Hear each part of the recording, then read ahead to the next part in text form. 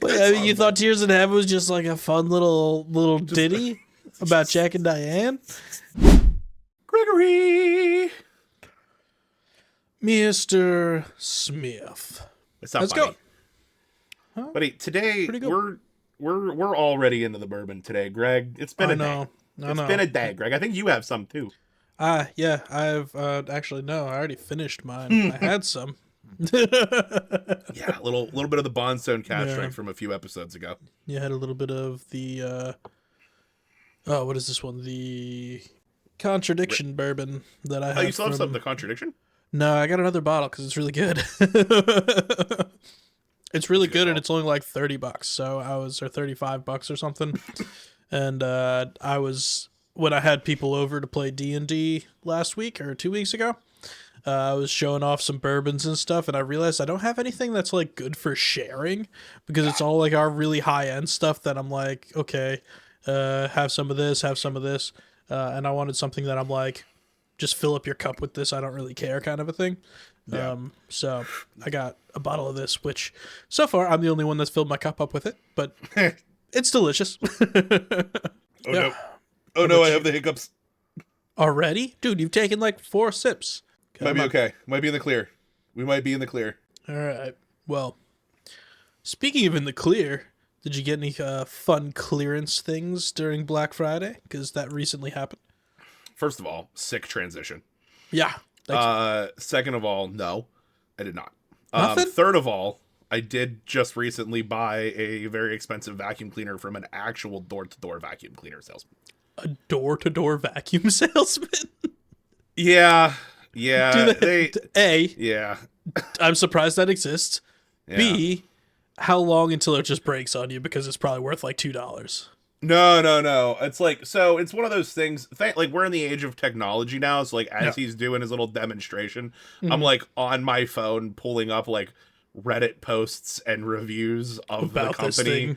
Yeah. And it's like pretty unanimously like, if you can afford one, you'll never need a vacuum again. That sounds pretty solid. Yeah. What is it? No, this is not an endorsement because I have not actually used it myself in all my rooms, but Kirby is the company. So it's like all US made. It's based out of Cleveland. And there's like a shit ton of attachments. Like it has like a like the scrubber, you can like, it has like the thing that you can do like the hardwood floors, like wet mop them, that has like the microfiber brush. And like it has a mattress cleaner thing. It has like a head that's specifically for mattress cleaner? Yeah. How do you even clean a mattress? It like suctions it, and it's like you can penetrate. It says like the suction is strong enough to penetrate like, I don't know, it's like 10 inches. That's what she said. Yeah, I don't. The thing's like 90. The thing's like 90% motor, and it's loud as balls. Yeah, we got a really nice vacuum. We got like a nice Shark vacuum a couple years ago, and I will never go back, because you don't realize that when you're using the $35 Walmart vacuum, you don't realize there's another option. And then you like splurge on a couple $100 vacuum, and you're like, oh wow, this is actually worth it. I don't know about yours, but ours is like a transformer. Like it has all these different pieces and buttons and attachments, and you click this button and this comes off. You click this button and this comes off. So it's good for like all different areas and like getting into like nooks and crannies and stuff like that. It's similar, but it's like everything there's like a front well that attaches to the sealed, I can only assume several horsepower motor. Several horsepower motor. It's got a pull start on it. It's pretty. It has its own drive shaft. Like there's a neutral and a drive, because it suctions to the carpet so aggressively that it literally uses the torque from the motor to help you drive the wheels, so that you can actually push it across the carpet. Dude, we just had Stanley Steamer come in and do our he did 3 steps as part of the demo, and it was like a 1/4 inch of hair and dirt. And I'm like, motherfucker, what did I just pay Stanley Steamer for? They suck terrible. So things that grind my gears is really, really good door-to-door vacuum cleaner salesman that get me to spend far too much on a vacuum. Yeah. But it's like lifetime warranty and shit. So it's like, if I can toss it down the stairs and they'll give me another one. Yeah. If it doesn't work out, you can get a new one. Yeah. Very nice, very nice. I'm excited for your purchase. What did you get on Black Friday? I didn't get I it. was just gonna say I'm more excited for my purchase. We decided to upgrade our TV because we've been sitting on the Oh, same one for the past like 8 years now or so. Uh, 6, 7, 8. Yeah, no, a while. Uh, and with the baby coming, I was pricing out stuff to do the theater room upstairs to actually like make like get the projector and stuff like that. And we were like, you know what?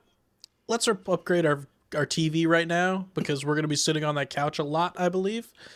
So we, my wife and I walked into Costco because they had some crazy ass, my wife. great, my wife. My wife. No, none of that. Um, but they had some awesome deals on vacuums. Fuck you, dude. This is your fault. But they had some awesome deals on the televisions, and we were gonna get a 65 inch because we're like, that's a pretty good size TV. We already had a 55. You're like, that's pretty good. And then we got in and we saw a 77 inch, and we're like, maybe we'll just get that one. And we were like, maybe let's get the 65. And we were like looking at it, and we're like, but it looks so small compared to the 77 inch one. So we now are the owners of a Samsung 77 inch OLED TV. Should have got the 69-inch. What'd you say? What? Nothing. Never mind.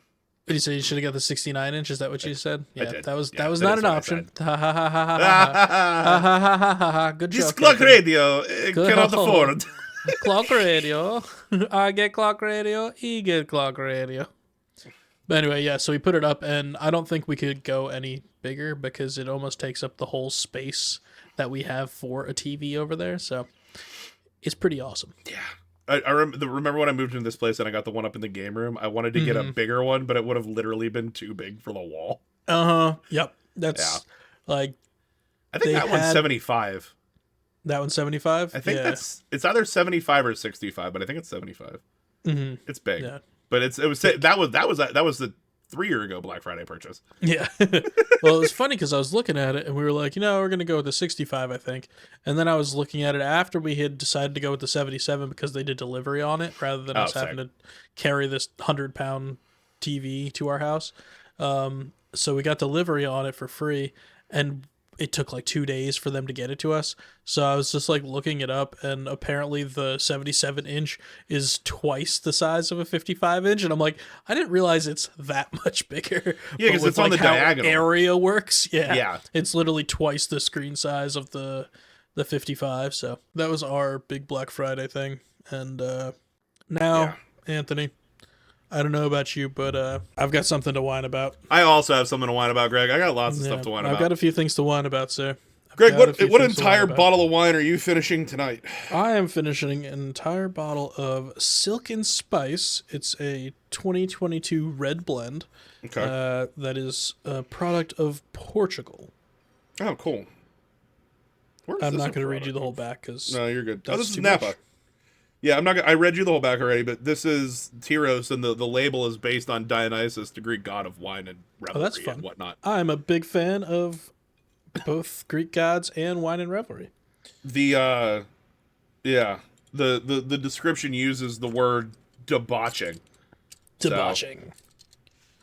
I'm gonna debauch all over this. This is 2022. This is actually, I don't know where I got this, but I actually think this is probably a pretty good and or possibly expensive nice ass bottle of wine. This might actually be a nice ass bottle of wine. Because like sometimes Becca will get bottles of wine too, and she'll put them on the bar, and like once it's on the bar, it's yours now. Well, Becca doesn't really drink dry reds, and this is a Cabernet Sauvignon. So Cabernet Sauvignon. And fucking French words. Speaking of French words, I used the phrase carte blanche earlier today. Like, long story, I'm not going to get into why or what I was talking about. But I forgot that I always, obviously I know what it means in like context, but do you know what it like just translates to in French? Isn't like everything's white or all white or something like that? It's like blank document. Blank document. Like the idea of like the idea of like carte blanche is just like clean slate, do what you want. Yeah, starting over. Yeah. Or yeah. You get like I can like I'm given do whatever you carte want. blanche. Do what you want.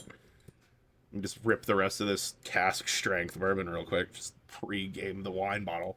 This is actually a very nice smelling cork. I didn't smell my cork. It smells ready. But ooh. I've hit my mic like 4 times in trying to get this bottle open, and I'm upset about it. The only thing so everything from this point forward is going to be bitching, except for the wine glass that I'm using.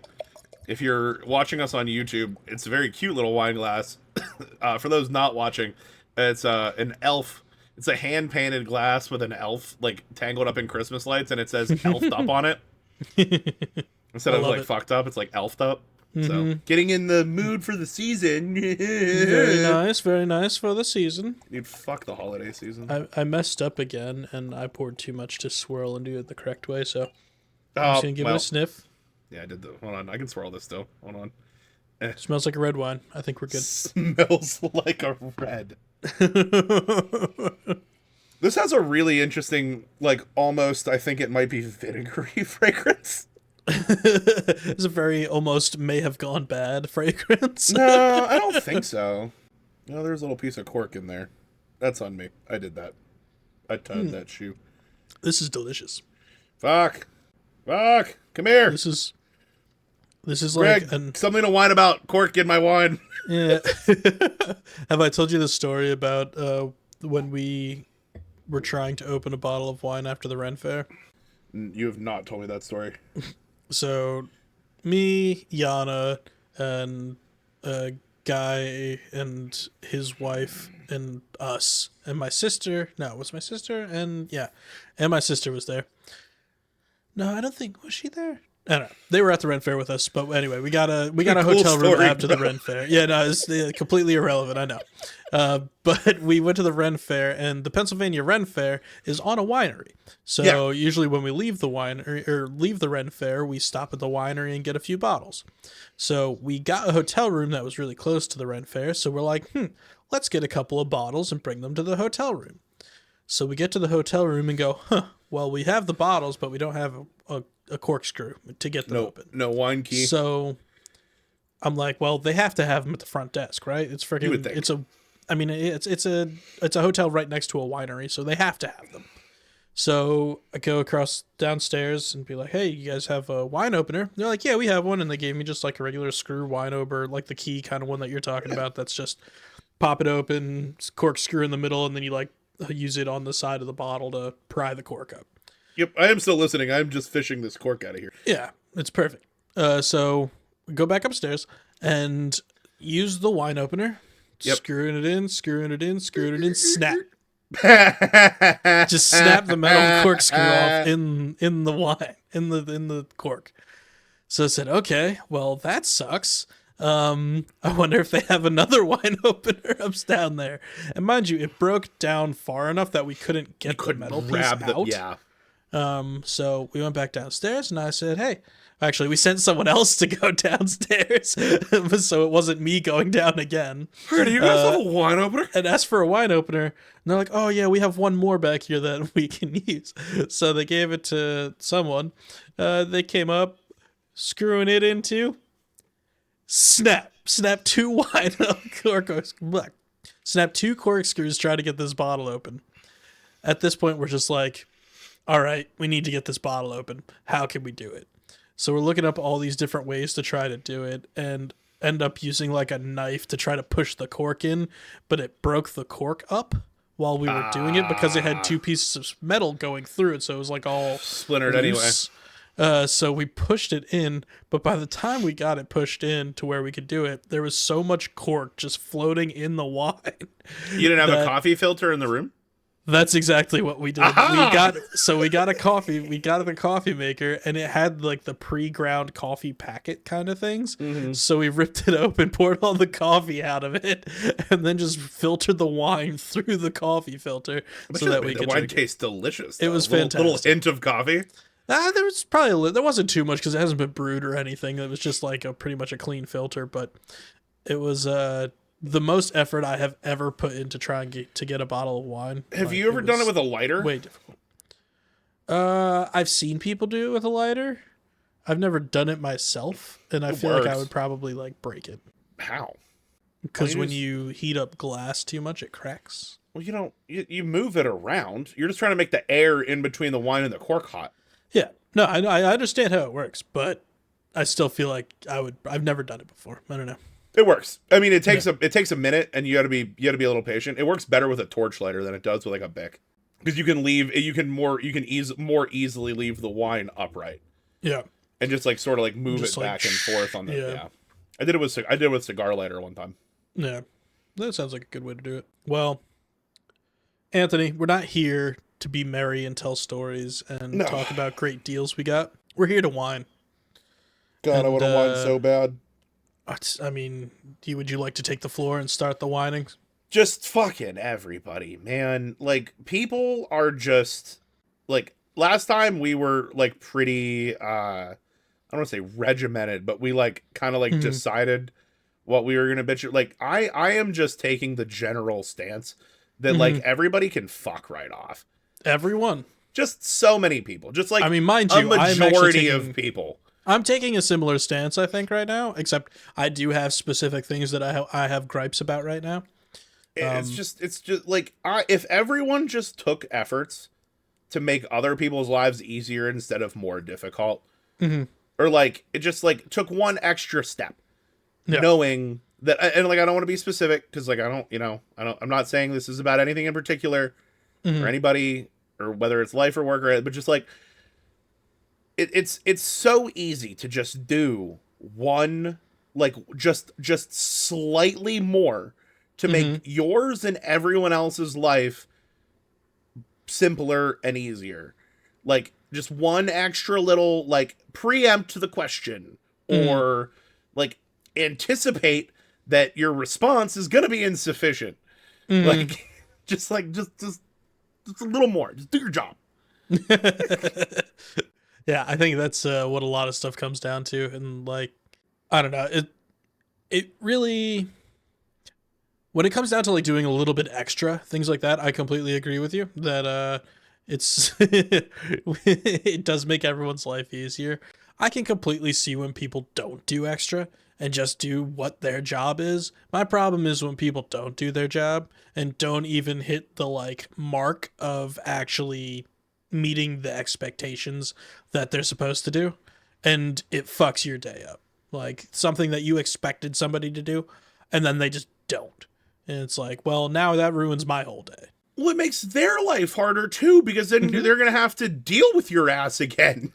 Well, they're going to have to deal with your ass again, too. And also, like, I mean, coming from experience, because I'm a procrastinator to the max. I'm a procrastinator to the max, but I always make sure I get stuff done on time, which makes it so that I procrastinate, and then I have to work my ass off to make sure that I get it done. So... people that are kind of not doing what they're supposed to be doing, it's not like that goes away, and it just makes it so that you have to do more later, and it just makes it so that it's more difficult for you to like get back to status quo. That's just my thoughts on the matter. I need a more it zaps my motivation too. Like, that's my problem. It's like I'll be like humming along, like getting shit done, and then just like it's just roadblock after fucking roadblock for no reason. So are you like me that like if you get working on something and you're like in the zone and you're doing awesome on it and it's like, but then you hit something that like messes you up and gets you out of the zone, you're like, it's done now. Like it's not gonna come back. Yeah. Like I hit the skids. It's like it's like black ice and a pine. It's like black ice and a pine tree. Black ice and a pine tree. I just heard. Ho ho ho! Merry Christmas. Who are you kissing for New Year's? I don't know. That oak off of 55 looks pretty good. Aww. Oh, but yeah, Jan and I always like when we're talking about stuff and like doing things. It's like when you get home from work and you get home for something, as soon as you sit down, it's over. It's like before you sit down, do the chores you need to do the cleaning stuff you need to, whatever you had planned for the day that you're like, when I get home, I'm doing this. Because as soon as you sit down and as soon as you're done, you're not going to get back up. Like it's over. It's over. My undiagnosed ADHD ass like cannot take my shoes off. If my shoes are still on. Oh, is that how it goes? I actually found that trick on TikTok. It's like, hey, like if you want to stay productive, leave your fucking shoes on. I have a Ukrainian wife, and leaving your shoes on is not allowed in the house. So That's fine. My wife. My wife. I have said my wife a lot this podcast. My wife. My wife. Well, you're happy about it. She's my cool. favorite. I like she's Shauna. Awesome. Yeah, she likes you too. Well, all of that is to say that there should be more people like us in the world, and less people like the people that I want to bitch about right now. And I won't do it by name, but you fucking know who you are. If you're listening to this podcast, which you're not, you're a piece of shit. But I have something to bitch about too. Give it to me. So, I have just been having a problem lately. I actually have a couple things, but the first thing, fucking contractors. Oh, they're the fucking worst. It's terrible. Like We used to be them. We did used to be that. But fucking contract. Like, so a couple of fun things have happened in the past week. One, we got our fireplace inspected because we got our fun new house. Wanted to get the chimney inspected so that we could have fires in it and stuff and make sure that it was clean and everything. So we got it cleaned and inspected.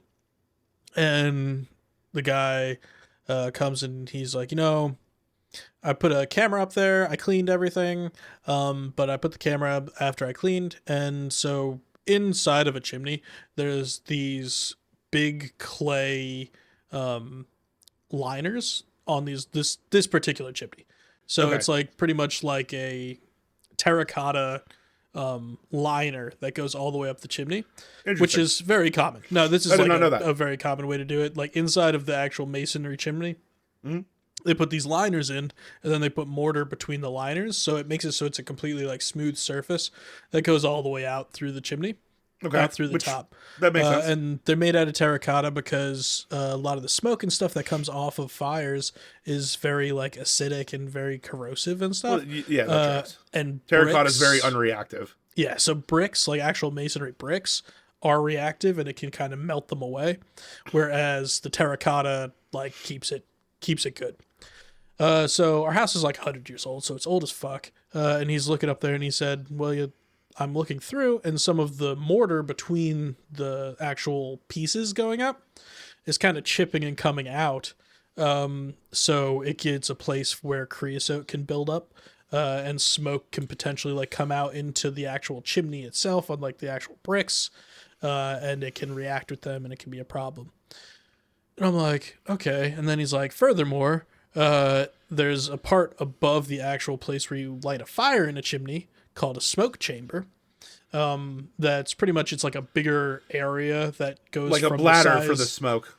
Kind of, yeah. So it's like a bigger area that it goes from the size of your fireplace to the size of your chimney opening. And it makes it so that it kind of like acts as a condensing point. And it's like a step down, like in plumbing. Yeah, it's like a step down, and it kind of like forces the air to go up. Just the way that it's shaped, it makes it so that the air goes up instead of back down. Yeah, fluid dynamics and what have you. Exactly, yeah. So anyway, so he's looking at that, and it's an old school way of doing it, but it's just brick. There's no mortar in it. It's just brick. He said like this whole thing should be like mortared in, like it should all be like coated, which is called parging, which I've done a lot of research on fireplaces recently. Shocking. And then he also was looking at the actual fireplace itself.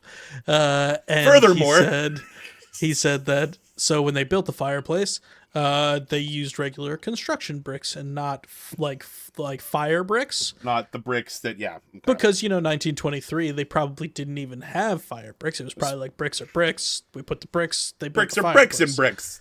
Yeah. So he's you want them fire bricks or you want regular bricks? What's the difference? I don't know. Put the bricks in. So he cleans the thing out, and he put the thing, and he told me, I have to say that you shouldn't have a fire in here, because of all of these things.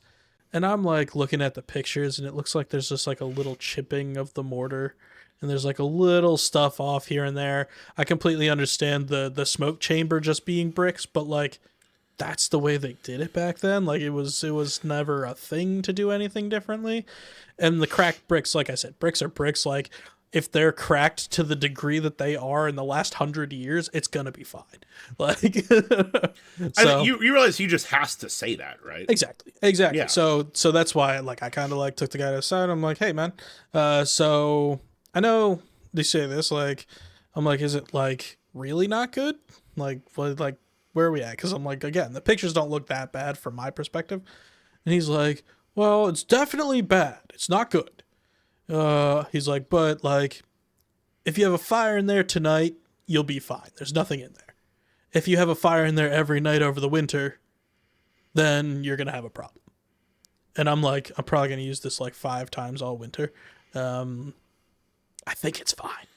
Yeah, I don't think it's like going to be sufficient for heating your house, but I think for a little ambiance But here and there. no fireplaces are like not the fire. No fireplaces like ours is. It's just a big open fireplace. It's just made for ambiance. Like it doesn't give. Well, off that originally it would have been built for heating the home. No, I don't think because it's room, not at like a least. stove. It doesn't heat the room. Well, so we can go into the next something to gripe about is going to come up in just a second along the same lines.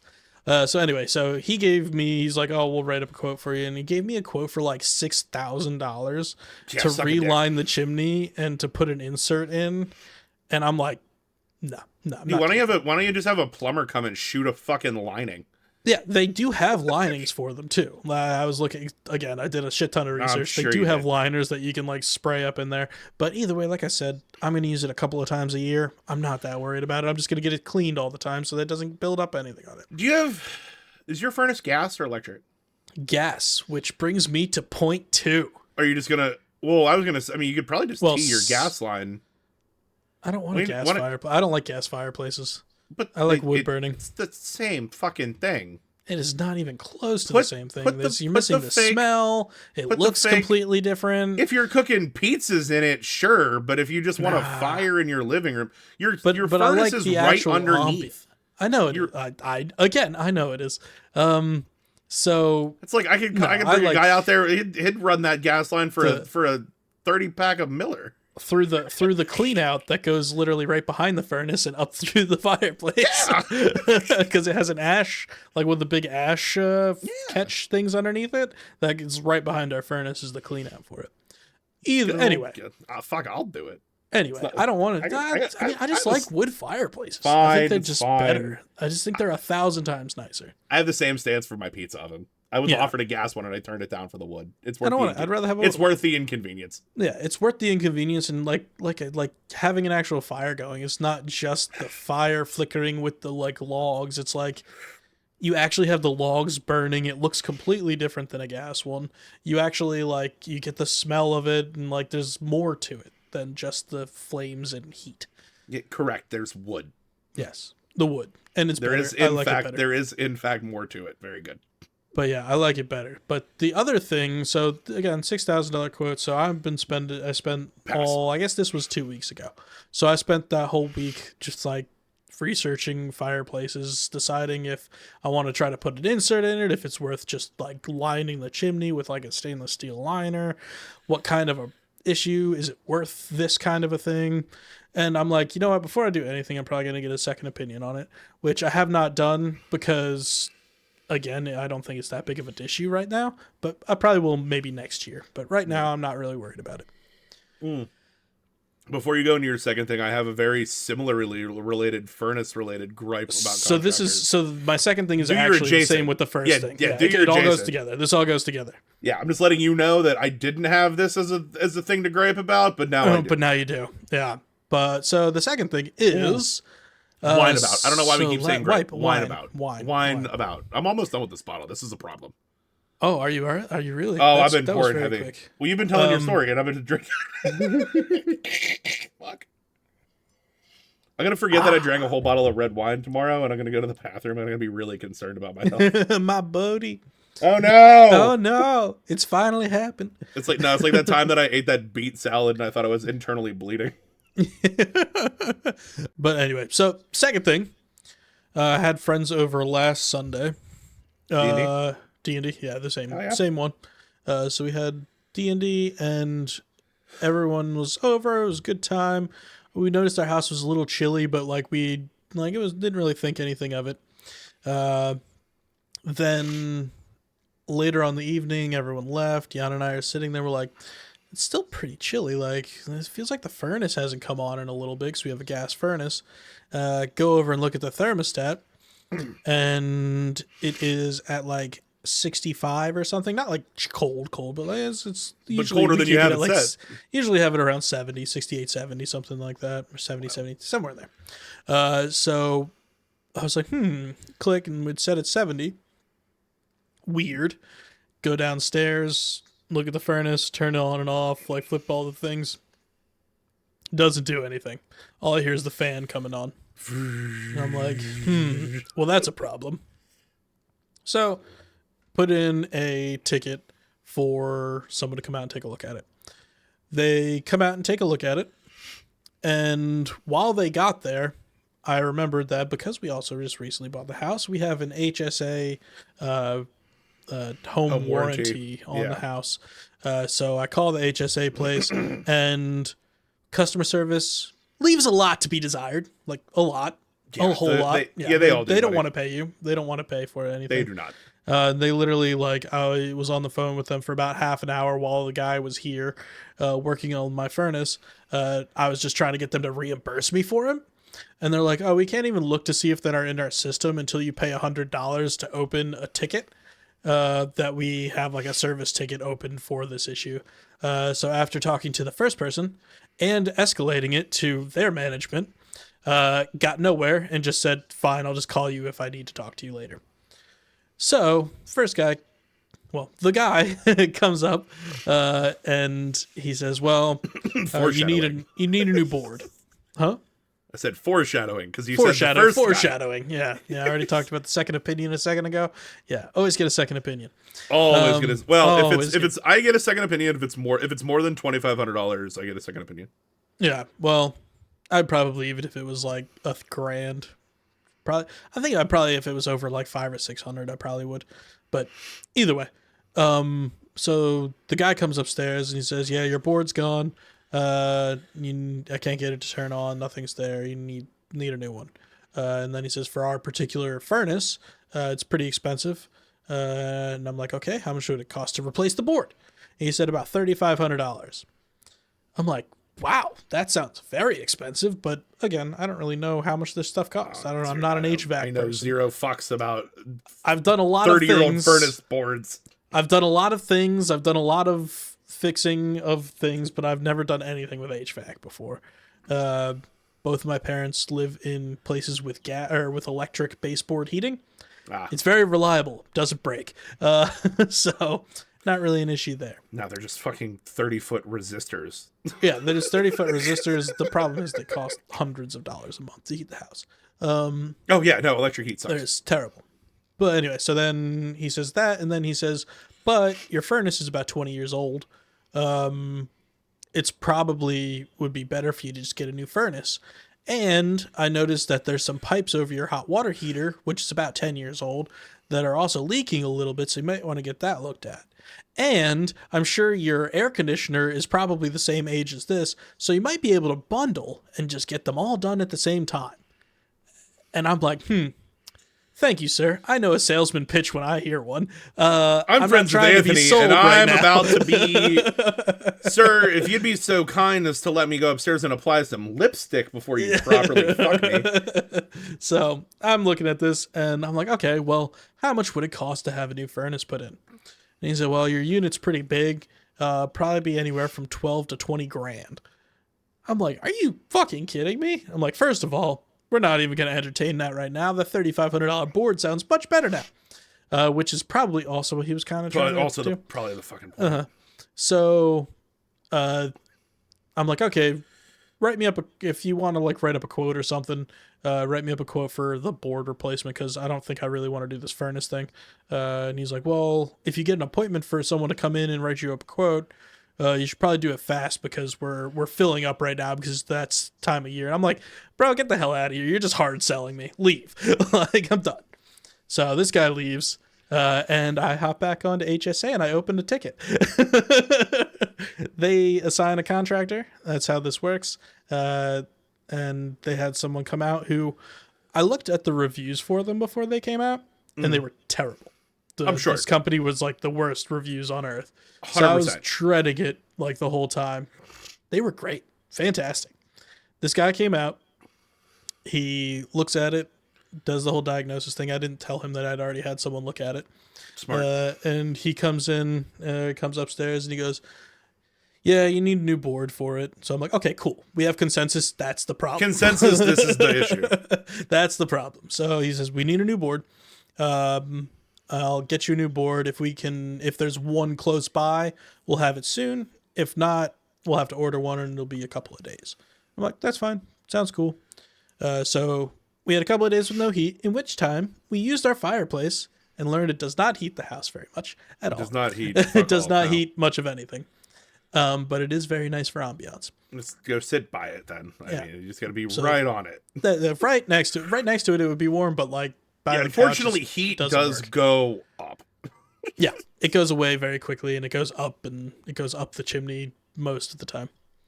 So anyway, to finish the story though, so they come back out, they put the new board in. They did it actually the morning of Black Friday. So that was good. Yeah. He did it. It's good. And just out of curiosity, I was like, hey, so I know that the board was expensive. Like, this is supposed to be an expensive one. But like, if I didn't have the warranty, how much would it have cost me to get this board put in? And he's like, yeah, it is a pretty expensive board. He's like, $900. All said and done with the installation, it would have been about $600.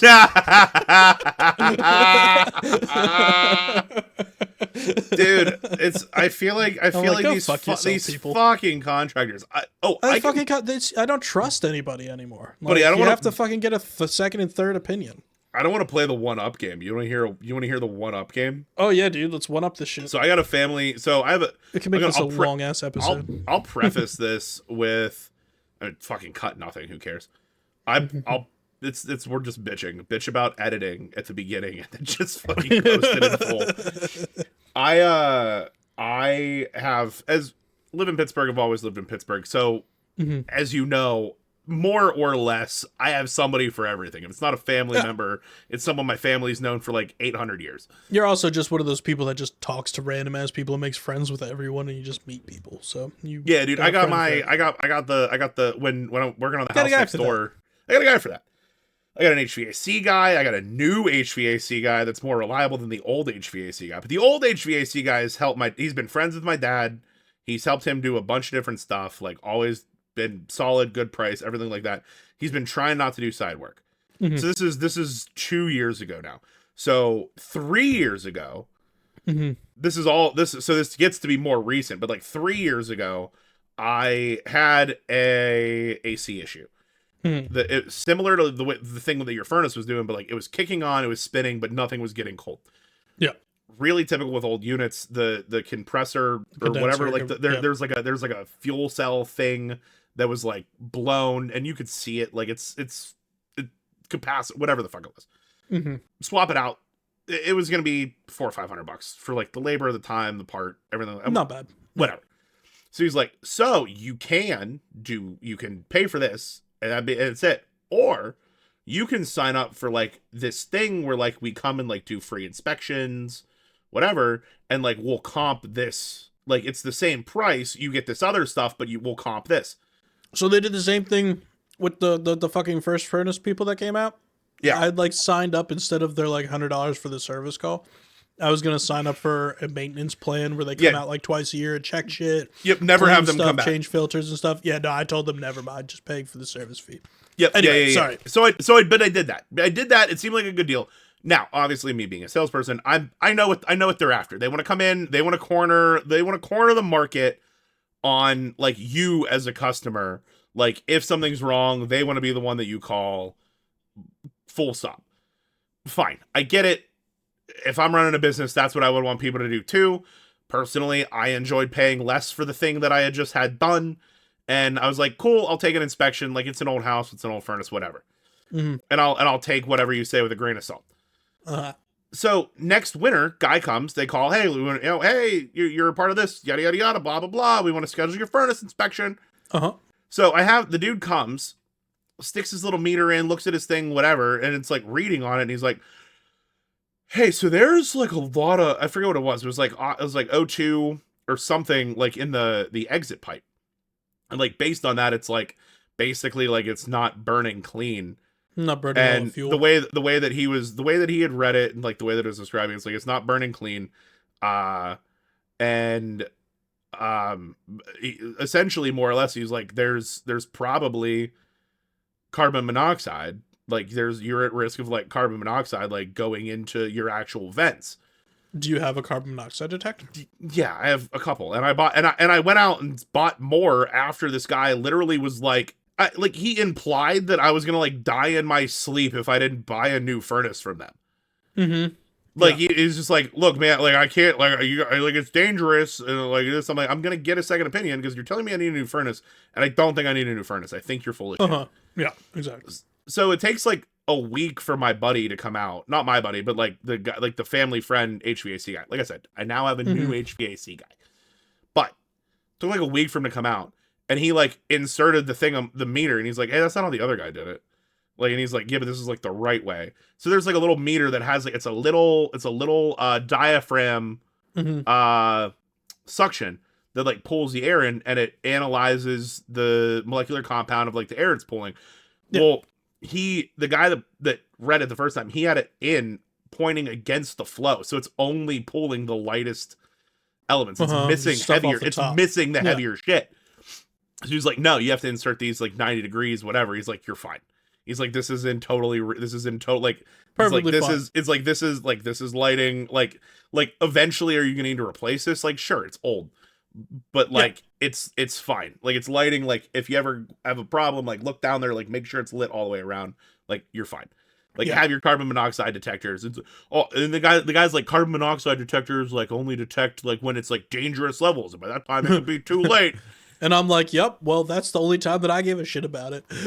Yeah, like he's like, the dude's trying to like strong arm me into buying a new furnace by like telling me that me and my girlfriend are gonna die. And I'm just like, so fucked up. Dude, I've literally I genuinely believe that the reading he got on his machine, while not used wrong, the reading on his machine gave him that belief.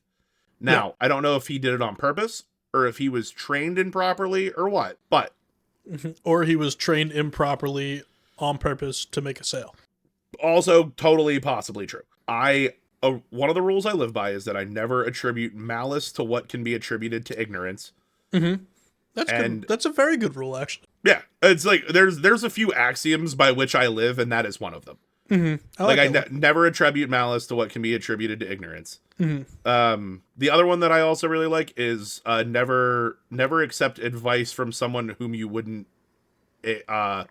Never take criticism from someone whom you wouldn't solicit for advice. Yep, I think that's a good one too. It's kind of like, it's funny. The first one kind of goes into like part of like, it's not really like a saying or anything, but like how you don't want to attribute it like malice kind of a thing. My thoughts are a lot of the time that help me get through the day and help me deal with people like that you're talking about that are like fucking up their job or like not doing great. Most people are trying to do their best. Almost everyone's trying to do their best. It's very rare that people aren't trying to do their best. So I try to take all that shit with a grain of salt a lot of the time. To be honest, this goes back to my first something to whine about. Most people's best fucking sucks. People need to step their game up. Let's do shit, guys. Like I'm sure that was that guy. I am so sure that was that guy's best. Yeah. Well, so I'm sure that was that guy's best. But I will say the a year later, I have yet to die of carbon monoxide poisoning. I've stayed at your house. And I have changed nothing. I've stayed at your house many times, and I have also not died yet. No. And they keep calling me to schedule another appointment, and I keep just like, ducking their calls. Yeah, because like I could call and tell them exactly why I'm never engaging their services again, but it's easier to just waste their time. Just to have to ignore them. Yeah. Yeah. No. Well, the first guy that was trying to sell me this stuff. Another thing that got me is I don't think this guy was a salesman by any means. I think he was just a tech. And I think he decided he was going to try to make a sale, and he could not maintain eye contact with me the whole time we were talking. I'm like, you're literally just trying to fucking mess with me, dude. I completely know that this is bullshit. Yeah, you can get that read. Well, the other thing I always ask if they're on commission. Oh yeah, yeah. Oh yeah, dude, always. The guy that came out was like a tech. He wasn't even like he told me that he had to have someone else come out and give me a quote. So he's not Oh, what even. the He's fuck? definitely not on commission. Like he's just doing work. Wonder if he gets paid by the. I wonder if he gets paid by like the lead. I wonder if he gets it if he gets someone to come out to do a quote. Yeah, Because if yeah, you maybe, if you maybe. get, if I bet you they have numbers, like they probably have stats, like if they get Yeah. somebody to come out and do a quote, I bet you like 70% of the time somebody pulls the trigger because they're tired of having people come out. Yeah, Or no, they're I tired can or they're imagine tired that. of their house being fucking cold.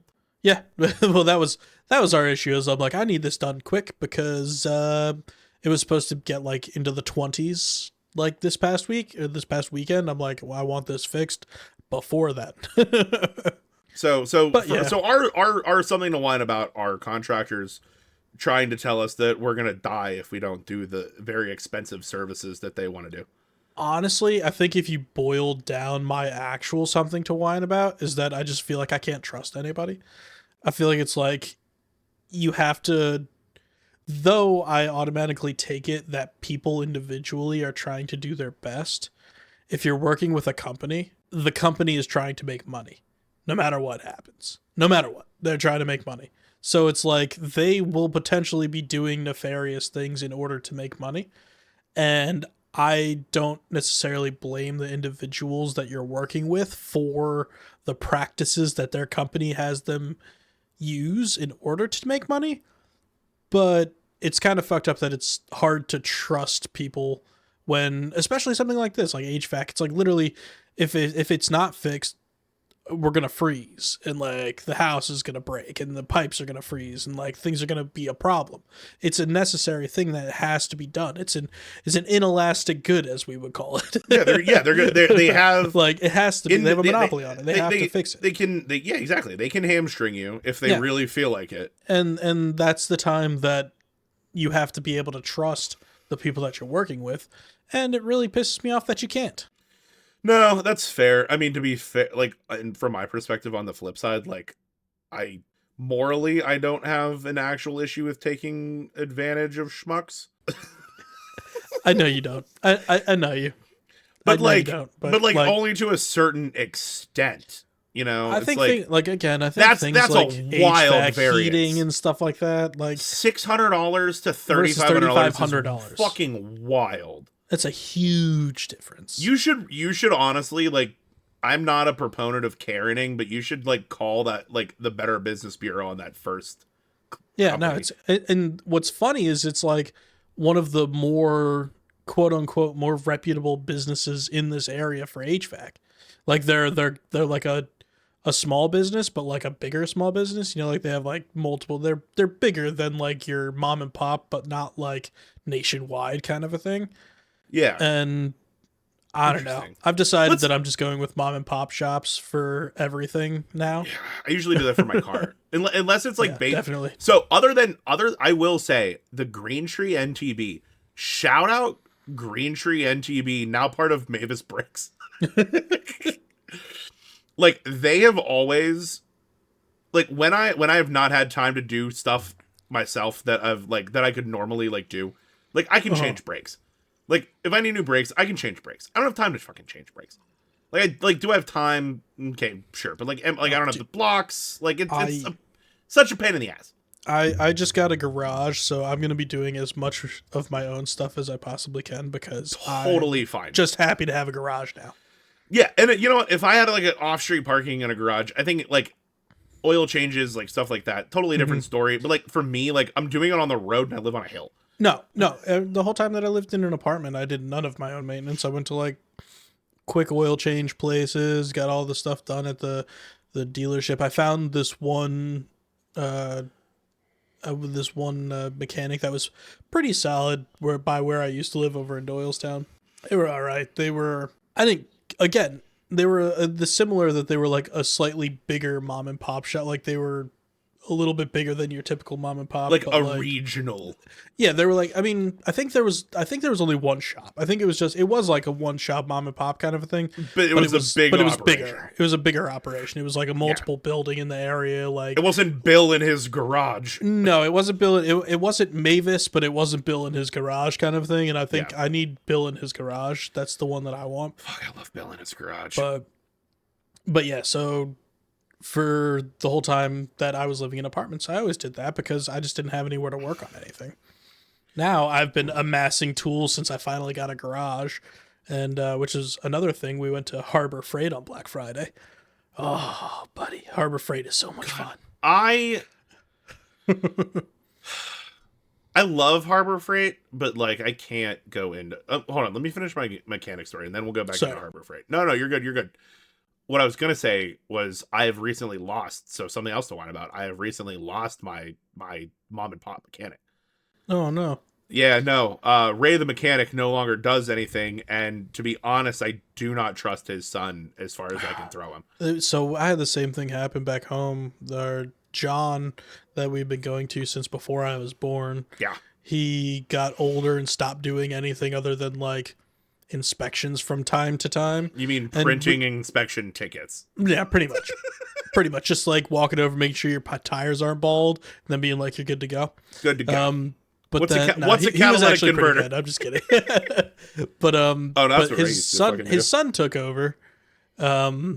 His son took over, and but his son was fantastic. I've gotten inspection tickets without the car being there.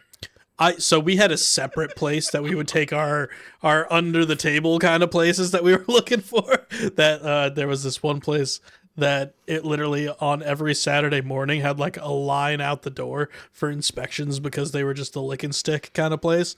So everyone that had their beater, I mean, again, this is up in the Poconos, up in the boonies. So everyone that has their beater truck that says like the whole sidewall rusted through and just like should not pass. 80% of the car's fucking Bondo and the transmission's held together with gum. So we used to go there with our work trucks. But if you actually wanted to know if your car was good to go, we would go to our regular mechanic and he would actually do it, but he was trustworthy. Like, so if there was actually something wrong, he would tell you there's something wrong and he would fix it. Yeah. And not charge you an arm and a leg for it.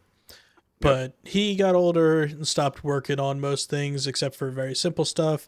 And then his son took over, and his son was also very good. But his son I don't think really wanted to be a mechanic. I don't think that was what he was his thing. I think he just kind of like helped out to like keep the doors open on the shop. Yeah. And then recently, the old mechanic recently died. Oh, shit. So he passed away, and I think his son just stopped doing anything at this point. Well, the pressure to continue to do it sort exactly of exited with the... Yeah, exactly. So yeah, that sort of sucks, but time. That's a bit of to be fair. I mean, that's a sort of a bit of time-honored tradition in that field. Yeah, it happens. Yeah. I mean, like I said, when Ray stopped doing that years ago. Ray the mechanic stopped doing that years ago. Mm-hmm. And his son was doing it, and I couldn't. I never trusted his son. So I never had anything done by him. Now there is still that one mechanic. You remember when the belt on before I got T-boned on my Civic, when the belt cut into the water cooler? I do remember that. Remember when I coming back from a shady ass paint job up in somewhere you don't want to be in Pittsburgh. No, that's not true. But yeah, the somehow the serpentine belt had like literally cut into the water. Yeah, because we pulled over into the gas station and there's just water everywhere. Yeah. And we're like, how the hell did this happen? Yeah. And then we had to like get like 8 things of fluid just to get it back without the engine overheating because we had to keep filling it up. Just keep filling it up, and then got it to the mechanics, and we were done. Remember I got the U-Haul car tow. They wanted to charge me like an arm and a leg to take that car to. They wanted to charge me. Pep Boys wanted to charge me like $3,000. Oh, I just remember getting it to Pep Boys. I don't know if that I knew the rest of the story. I might not have told you because you would have been disappointed in me. Yeah. Greg, I borrowed my buddy's truck. I got a U-Haul, like the front 2-wheel car tow thing, and I towed it from Robinson to like this middle of the South Hills, like mom and pop shop that Turtle told me about. It was why would I be 14. Upset with? Why would I not be happy with that?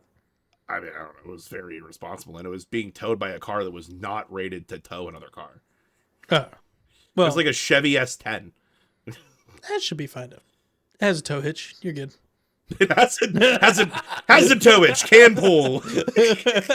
It's funny because you say that, but you also, again, I grew up in the middle of nowhere in the Poconos where we did redneck ass things all the time, and yeah, Yeah, maybe our little Ford Ranger did a lot of fun stuff.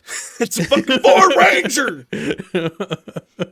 No, I don't think it was you know what? primered No, it red wouldn't. because it was multiple colors when we got it. So we just used spray can primer and primered the whole thing red, so it was a matte red color. It was fun. It was a fun time. I honestly thought that's just the color that Ford Rangers came in. No. It was definitely not a color of Ford Ranger came in. Spray paint matte red. Are you sure? 'Cause Spray that's the only paint ones- matte red. That's the only ones I've ever fucking seen. Yeah. Oh man, no, that wasn't why I told you. That might have taken place during the year that like you That was were when I was pissed off at leaving. everyone in the house and were leaving. Yeah, that was because that happened before I left. That's around that time because that happened. Like the thing that honestly, something to whine about. Thing that pissed me off the most is, I mean, they like again, Pep Boys wanted like $3,500. I ended up getting it done for like $700. $7? Damn. No, 700. Just kidding. Yeah. And then it was like 5 months later, I got T-boned by that dude on the junior license trying to come to the biggest paycheck at Mini has, which I still haven't eaten at, by the way. Yeah, because they fucking T-boned your car. Yeah, no, boycott Mini. There's something to whine about. If a pizza place delivery driver T-bones your car, you boycott that goddamn pizza place. If any delivery driver T-bones your car, you boycott that fucking pizza place. Ooh, here's a question. What if a Grubhub delivery driver T-bones your car? Does it matter what he's currently delivering? No, because I wouldn't know that they're Grubhub, nor would I know that they work for a particular place. There's usually like a little sticker in their window, though. Yeah, but like, honestly, everyone has a Lyft, Uber, or Grubhub sticker in their window, I think, at this point in time. Not everyone. Do you? I do not, but a lot of people I also do. don't. Huh? I did though. I did actually use I know it you for Lyft. definitely did. Yeah, you definitely did have Yeah, one. in that car that got an Uber one T-boned. that got T-boned because you had that was also you had recently gone through all of the stuff in order to drive for Uber. God, I was so mad. And then you got T-boned. I was so mad.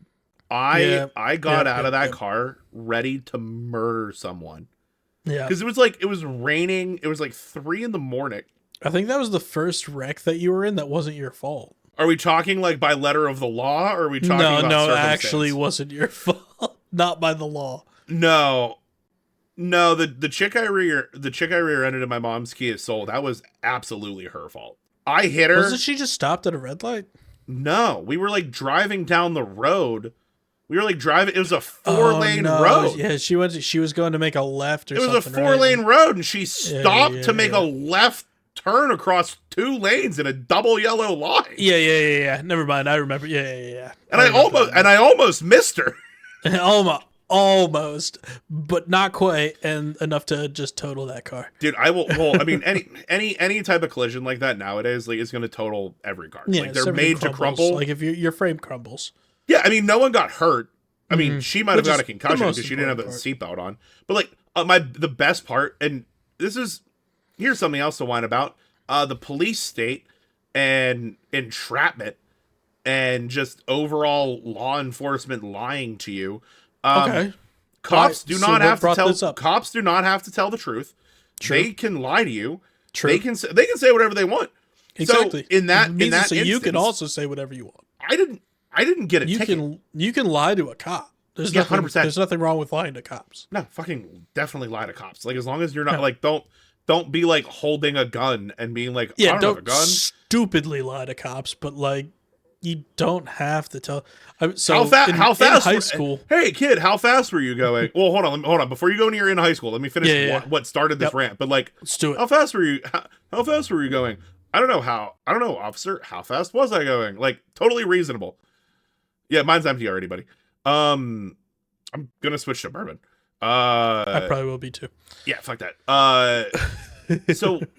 So I clipped this lady, spin her around. There's an accident, whatever. Yeah. Accidents happen on this road all the time. The tow truck beats the cop there. Like, there's a tow truck place on the top of the hill for a reason. So he's just like, hey, you're not gonna be in trouble. But like, were you on your phone? No. Like, were you on your phone? Were you? The were you answer is do-do-do? no, even if you were on your phone. Which I wasn't, because Yeah.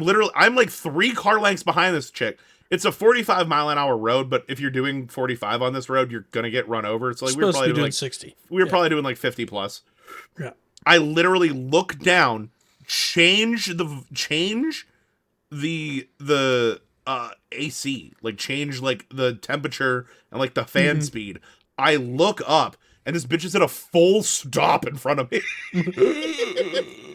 Like her brake, not only her brake lights on, but like her car is, from my perspective, not moving. Yeah. Uh-oh. So I had like I had the foresight. Like I was able to look to my right, confirm there were no cars. I start to swerve. Oh no, dude! In all those times, time slows down. Like everything just slows down. When I can adrenaline kicks replay in like every that. second. Yeah. No, My that's similar favorite- to like when I hit the bear. Yeah. Oh yeah, when it flipped over your car. Yeah, when the bear like flipped. I'm sorry. Finish your story, and then I can go into my bear story. The funniest thing about that whole story. So all of that is definitely something to whine about. Dumb bitches trying to turn into Burger King.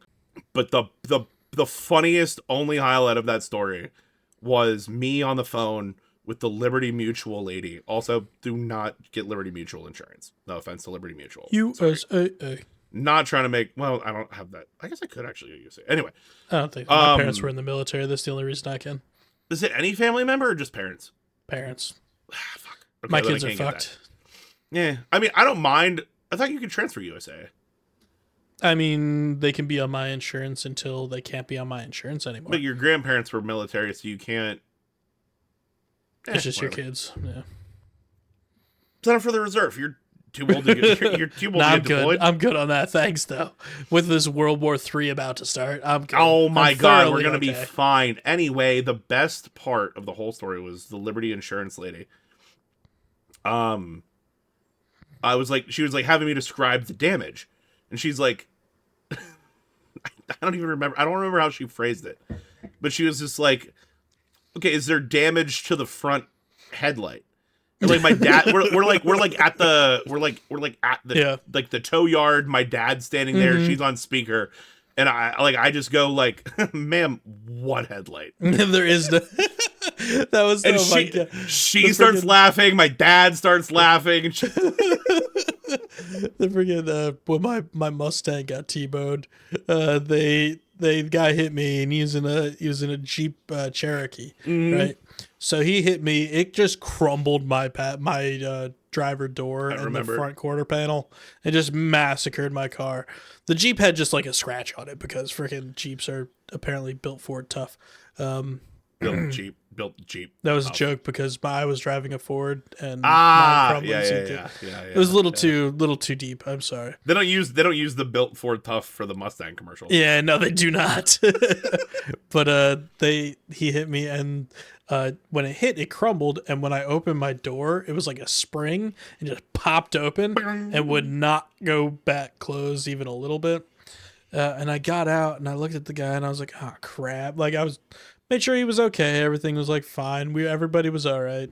And then he just looks at me, and goes, "Is it drivable?" And I'm like, I can't close the door, dude. Did your airbags go off? No, the airbags did not go off. No, except it was a side collision. It doesn't have side airbags. It was a 2008. Yeah, that's fair. Okay, now you're right. Yeah. I'm just like I'm winning 2-1. Like been T-boned twice. Woohoo! I'm sorry. times- I have both times my literally side all airbags of went the off. Cars. Oh no! Oh yeah, they were both totaled. Both times side airbags went off. I was just gonna say I have all of the cars still that I've ever owned, but I just sold the Talon. You sold the Talon, which is Just a sold the great Talon. in commemoration of the Talon. Something to whine about, buddy. Something to whine about losing a memory. To the Talon. Tell me about the Talon. To the Talon. To the Talon that you could never sit in the back seat because it was full of whatever the fuck you had for that last whole month. Christ, that fucking Talon. I love that car so much. Honestly, so do I. Like I when you told me you got rid of the So many Talon, memories in that car. Buddy, I was so many actually memories. I was actually a little upset when you told me. You I got was rid sad of the Talon. too. I was sad, but I was like, it's gotta go. Like, No, it was time. Can't keep it. Can't keep it forever. I've been talking about fixing it up and like making it into a show car for years, and I'm like, it's never gonna happen. Nah, you should. If anything, you could have turned it into a sleeper. That engine bay was so fucking big. It was. You could have put anything you wanted. It has in there. a lot bigger engine bay than it needs, but yeah. Yeah, a lot of Right. people turned Talons into sleepers, but it was time. Yeah, no, it was time. It was time for it to go. I was never gonna do it. I wasn't gonna fix it up. You're about to have a child. I'm about to have a child. Like, I have a house now, so all of the things that I told my parents I can't take that because I'm living in an apartment. You can now have. I can't say that anymore. So like, I have to actually make decisions. So I'm gonna keep the Mustang because I love the Mustang. Not enough. So I got 800 for it. That's not bad. It's not. I wanted 1,000 for it. And the guy called me on. He agreed to 1,000 for it, but he called me on the day that he came to pick it up. Gave you some and was like, "Oh, it doesn't have the engine that I thought it had." And I'm like, "Yeah, no shit, dude. It doesn't have a 4G63 in it. If it had a 4G63 in it, it would be a $4,000 car, not a $1,000 car, because those engines are just like tuners' dreams. Like, they're amazing."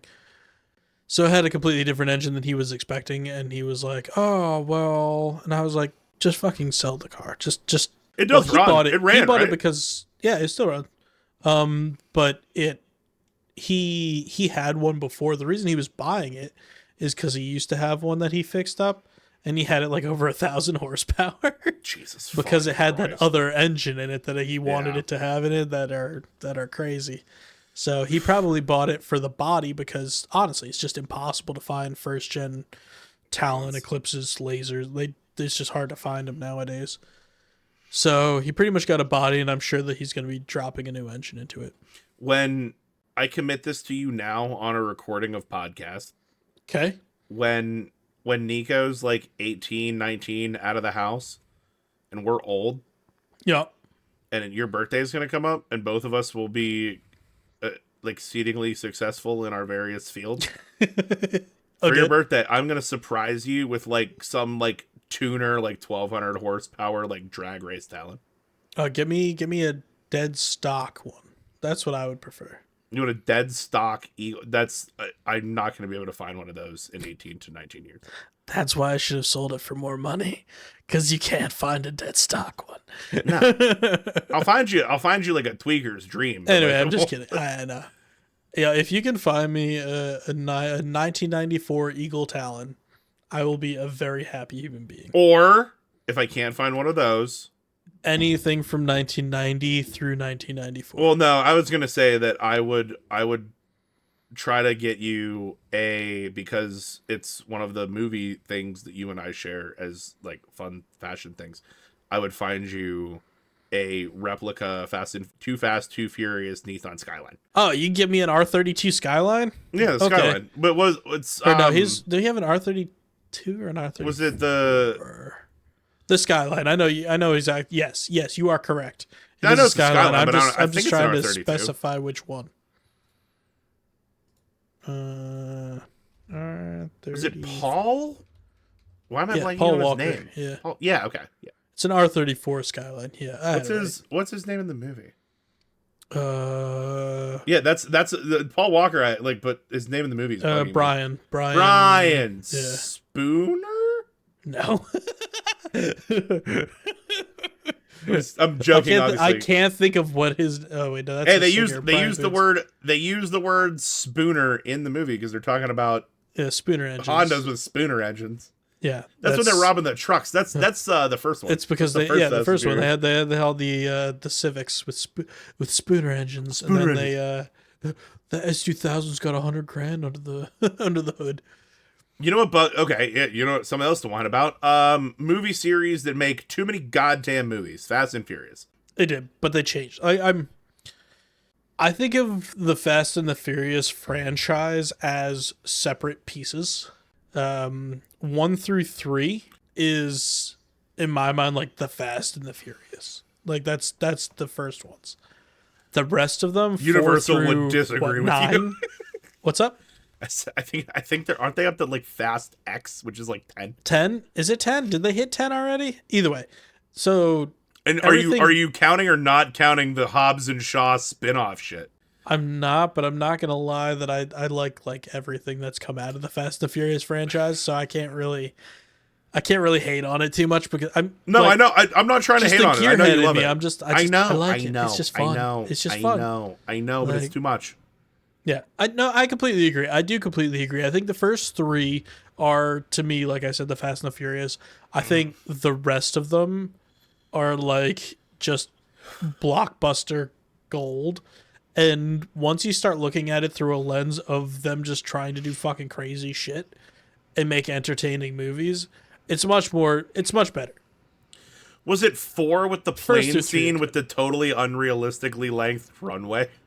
I think that's 5 or 6. Whichever one. Four was still like kind of almost okay, Was but I it 4 still think Tokyo that Drift? yeah, 3 is Tokyo Drift. 3 is I love Tokyo Drift. Tokyo Drift is a good one. Yeah, a lot of people I like hate how on Tokyo Drift, but I like how they brought enjoyed it Tokyo in. Drift. I like how they brought Tokyo Drift into the main story.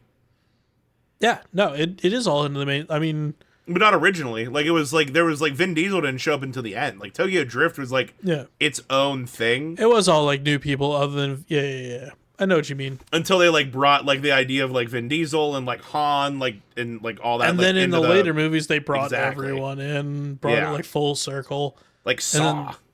Yeah, and then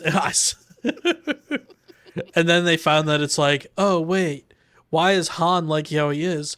Oh, because Tokyo Drift technically happens later on in the series. It's not actually in the succession. So he's upset because his girlfriend died.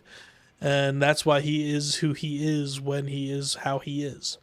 Yeah, but that's too cerebral for a movie called Fast and Furious. Yeah, well, it's fun. we got overzealous in our writing there. Yeah, no, they definitely did, but they're still fun. I don't know. They're just fun movies. I love Fast and Furious. I brought you that Fast and Furious shot glass when I went to Universal. Yeah, I still got it. I love that one. I would hope so. Yeah. I think it's one of my 2 favorites. It's actually, I think, the one that I use the most. What's your favorite shot glass? I have 2 favorite shot glasses. I actually think that one's my favorite. Ooh, sick. Okay. And then I think my second favorite is the one that's just fuck yeah on it. It's just the old stick figure meme that's just the fuck yeah meme. My 2 favorite, they're both green shot glasses. One is Gumby, and then the other one looks like a Mountain Dew can, but it says Mountain Dew Me.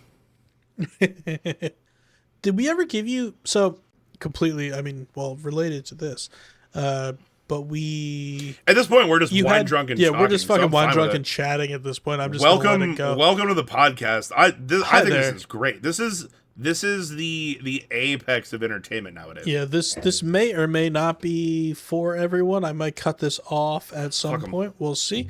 No, absolutely don't. But absolutely not. I'm just gonna probably let it. I mean, well, no, I don't mean cut off recording. I mean, in editing, I don't know what I'm gonna take out, what I'm gonna leave in. So leave it all. Hear me now, people. Shot glasses. Shot glasses. So anyway, you used to have the Ninja Turtle shot glasses. Yep, still do. And you were missing 1 or 2? Donatello. I'm still missing Donatello. Oh, I have it for you. What the fuck? I believe it's the purple one, right? Yeah. Yeah. Yeah, we got it for you years ago. We still have it.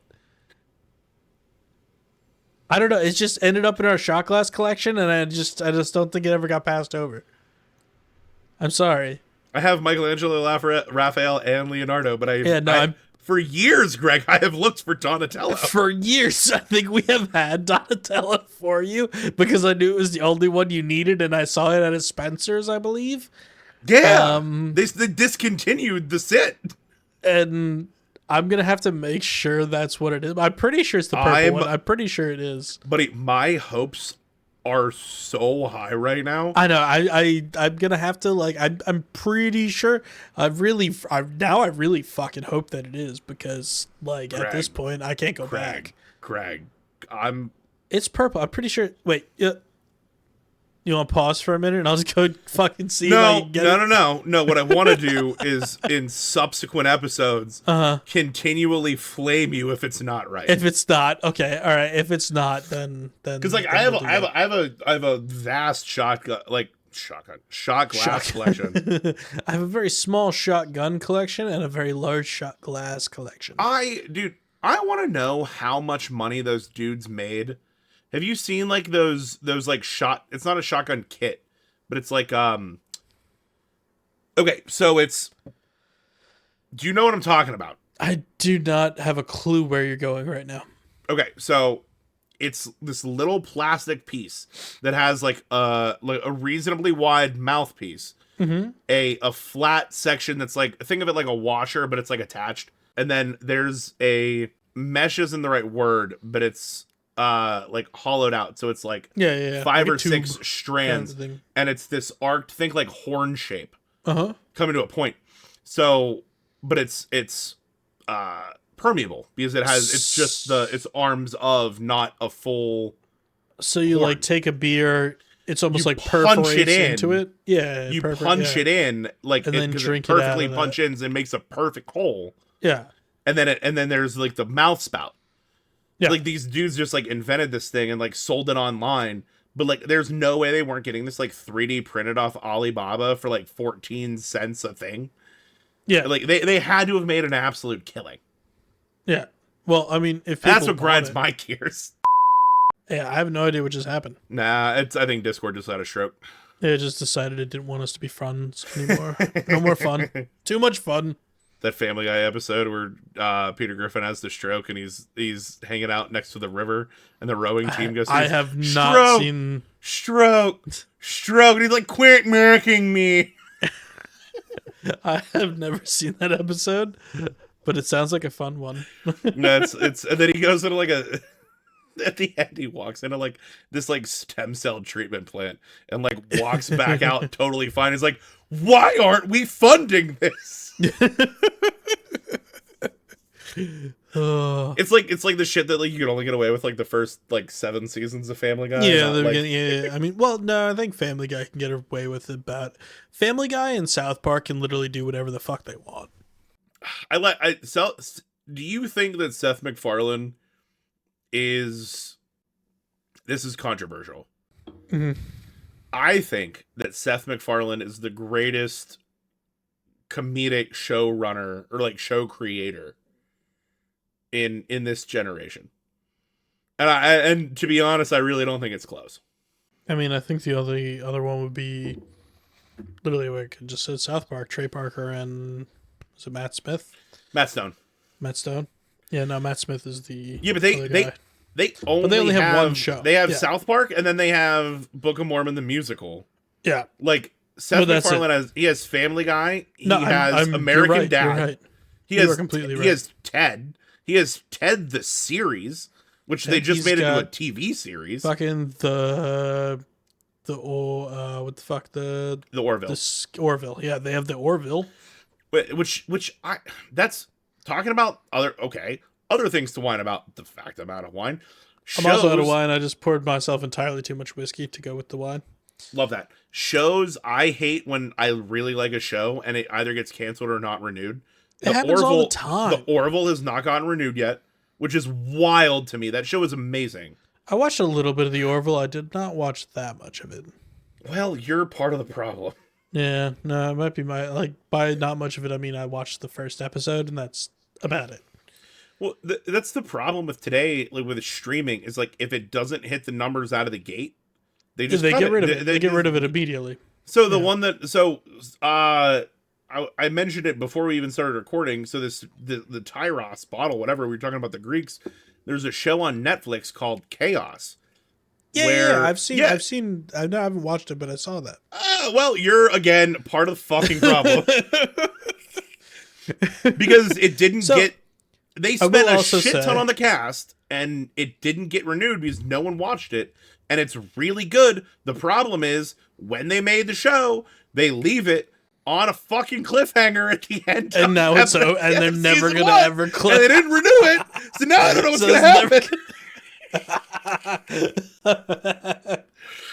This is my solemn quest. I will say part of the reason I didn't watch it is because you were talking about it while we were in Vegas, and you told me that I was like, "Oh, is that show any good?" And you're like, "Yeah, I don't like it better than you, but yeah, it's good." And I'm like, "What does that mean?" Yana would like it better than you. Yeah, I know that's what you said, but I don't understand what that means. So it was kind of like we never did anything with it, and I don't think Yana was very interested at all. Did did you take that as a slight personally? No, I took that as it's like a chick flick rom-com kind of game. Yana's the one that wasn't gonna like Big Mouth, and then I got her to finally watch Big Mouth, and you watched that was all me. of Big Mouth. That was me. I didn't. It was both of you. No, she started watching it before. No, we started watching it at the same time, I think. Yeah, because I told you to, but it's just like, I know you guys have different. You guys enjoy. I'm sorry. I'm sorry for knowing my friends and like knowing like you would have also liked it. No, I think I maybe I misunderstood how you said it, but I thought that like maybe it was like a higher romantic kind of a thing or something. No, there's no romance at all. Because that's not usually my cup of tea. No, it's violent as balls. Oh well, what the fuck, dude? No, but it's just like the Wait, type but then why would Yana like it better? Because the humor in it is, especially because it's starring Jeff Goldblum, the humor in it is a little bit drier, and Yana typically likes a drier humor than you do. Oh, that is not at all how I interpreted that. And I also am a dry humor person. You like dry humor, but Yana Yana's a very dry. No, you're right. You're right. Exactly. You were completely right. I know I'm right.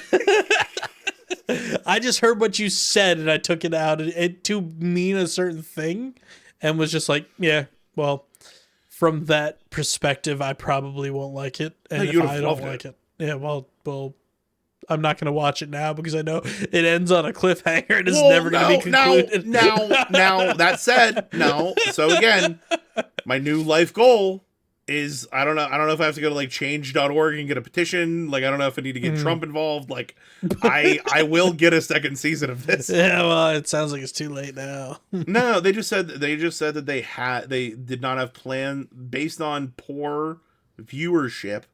Did not plan on are not greenlighting a second season at this time. I will say they did have like a campaign for it, like a little bit of like a promotion campaign, but they didn't make it look very enticing. No, they marketed it poorly. Yeah. No, that's on Netflix. Yeah. I think Netflix may have wanted to do it because it was a reasonably expensive cast. Like there were some pretty famous people in there. So you think they wanted to just tank it to just, I don't know, for one and done? Jeff Goldblum plays the wizard in Wicked. He's great. I know. I saw Wicked. It was good. Oh my god! Did you cry at the end? I cried at the end. So I cried. Like a little bitch. I don't care. So we knew that we were going to be seeing Wicked at some point. So before we decided to go to Broadway in New York, and we saw it on Broadway first because neither Yana nor I had ever seen it before on Broadway, and we were like, you know what, let's go do it. And it was fantastic. And at the end of Act 1, which is where the movie currently cuts off, I was openly like crying like a baby. I think I cry more than Yana does. Like there's just something about the fucking gravity. What is it? Defying gravity. Yeah. There's something about that song that's just so uplifting and so like you're cheering for them so much that like it just gets all the emotions going like 1,000 times, and then it just ends with that chord progression. And it's just like waterworks, like instant waterworks. I hope you're happy now that you're choosing this. Yeah, so exactly. So when I saw it on Broadway, fucking waterworks. Every time I see it live, I cry. And so there was Finish your thing. Finish. There's two songs I always get teary eyed. That one is one of them. So then I saw it in theaters, and I have mixed reviews. I'm going to be honest. I wonder if your review is the same as mine. I don't know, but I enjoyed it. I did enjoy it. It was good. I have something to whine about. I got something to whine about right now. I'm gonna whine about it right now. What's your something to whine about Wicked? Because I have something to whine about for Wicked. So I enjoyed about it. This is gonna make a sick. But the problem TikTok clip, was, by the way. the problem was they've decided to split it into two movies. Oh, okay. And they took what was I think it was a 4-hour production, and they took the first half of it. Like when I went to see Wicked on Broadway, I think it was 4 on hours. stage. I think curtain to curtain is like 2:45. No, it was way more. It was definitely more than that. No, it was definitely more than that. With I'm not counting intermission. Give me a second. Let me check because it was definitely more than that. No, you take your second. I'm gonna get bourbon. So you're 100% right. It is 2:45 curtain to curtain. Yeah, I know, but fuck. Anyway, I had such an opportunity there at a point. Yeah, you should have actually bet a point there because I would have taken it. I would have taken it. But I would have bet you that. I would have bet you that. I definitely felt like I was there longer than that when I went to see it. Anyway, the problem is they took a 2-hour and 45-minute musical curtain to curtain, like you're saying, and they split it into two 2+ hour movies. So each scene that they had in the movie was elongated, and it just felt like it was dragging to me. Well, so it just felt like they were just dragging so goddamn much. So do you know that Wicked's based on a book? Yes. Okay. So they added a lot of like extemporaneous stuff that's like from the book that you don't get in the musical. What did they add? Because it seemed like it was almost like that. So I'm gonna add this with a caveat. There's exposition. I'm gonna say it seemed it was probably the exposition like in the book that's not in the musical. But the problem was I kept falling asleep because I could not keep my goddamn eyes open because everything just felt like it was just dragging. Like it just wasn't holding my attention. I'm wrapping back up. Yes. And that was happening to me the second time I saw it, but that's only because I did not sleep very well. Well, I never really sleep very well, so that's fair. Yes. Like I get what you're saying. Mm-hmm. Your complaint is not the same as my complaint. They added stuff. So like for me, like a big thing that you don't like one of the scenes that I thought was awesome that I don't think they flesh out as well in the musical is the Ozdust ballroom scene. Oh, when they did the whole story of Oz? No, when they after Fiero shows up and they do like they go to the Ozdust ballroom and like Alphaba's like doing that weird dance by herself. Yeah. And then like Glenda comes out. To me, that's such a touching moment. Oh no, that's the other one that almost made me. That's the one that made me also cry. That's I definitely cried. Yeah. And that one definitely got me. Fun fact about that, because for like probably 6 straight days, my TikTok was nothing but Wicked videos. That Ariana Grande didn't learn the dance ahead of time. She wanted it to feel genuine, so she learned it as they were shooting it. That's so much fun. Yeah. But that scene where Alphaba finally, like right before Popular, like Alphaba finally gains acceptance. Yeah. And then you gotta remember that like when they're like in the movie version, there's like all of those shots like in between songs and things like that. You don't have that in the musical version. Yeah. So it's like that's why it's longer. My complaint was I hated how much they broke up Defying Gravity. At the end? Yeah, I hated like how much they like broke up.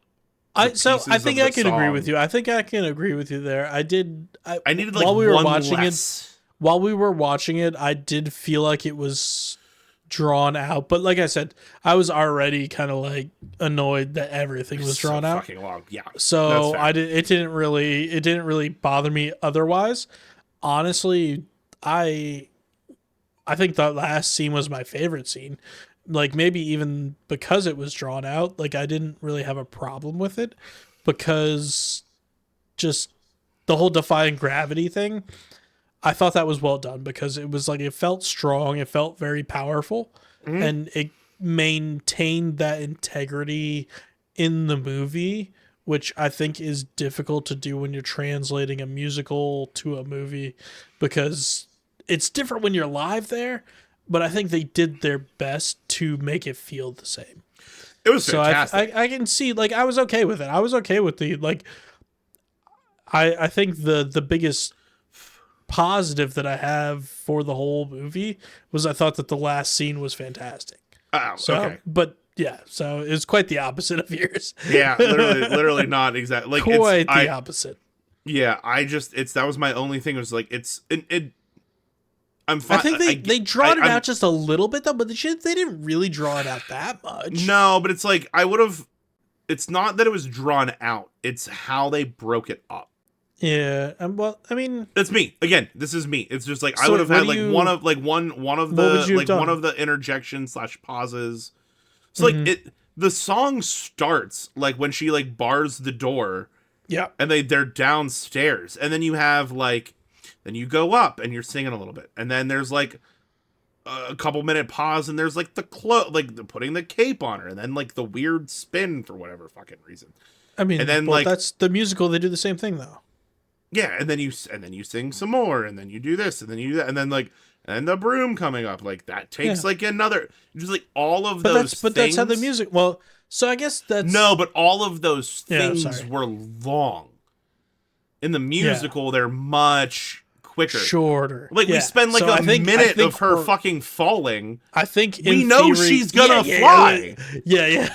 There's no suspense. We know what's gonna happen. She doesn't fall at all. But there's just like it's not even that. It's just like there's no. You're doing it to build suspense, but there's no actual suspense because we know the song's reason for building. We know the song is gonna end with her up in the air singing the last part, going Yeah. What do we like? What do we like? There's. I don't need 30 full seconds of her looking at her younger self's reflection in the glass. So I agree with that. I do agree with that, but I think it goes back to my elongating sequences thing. I think they did that throughout the whole goddamn movie. I think they elongated a lot of stuff. I know you're saying they like put an exposition that was in the book, but not on the Broadway show. I think they would have been, my opinion, they should have just pretty much stuck to the Broadway script and made 1 3-hour movie and just called it a day. Honestly, there is literally no reason for it to be 2 movies other than it being a money grab. No, I mean, it's just a money grab. I like it as it is. But it's not designed to be a 2-hour movie. It's not designed to be 2 parts. I think you could have shaved 20 minutes.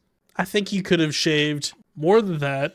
No, because there's like this stuff like when she's a little like, longer. No, like the young Alphaba, like with her sister and like Dulcie Bear, like that was kind of nice. I did like. I mean, well, yeah, that's what I'm talking about. Like, to it in the musical, yeah. Yeah, but like the scenes like that, like that's what they're trying to build on the story based on the book. No, it's like, and I can see that. I can definitely see that. I just think that I get your perspective. The whole 2-part thing is completely a money grab. I don't think so. I think they're doing it for so many choice. Movies. In this is one of the cases where I think you're wrong. I think it's an artistic choice. I think they wanted to add those extra scenes. Do I think it needed to be 2 hours and 45 minutes? No. Do I think it needed to be 2 hours? They literally made it the length of the whole Broadway show. Yeah, for but it's half. a movie. Yeah, for half. Yeah, correct. Yeah, I think they should. I think they still should have split it in half, but I think it should have been like.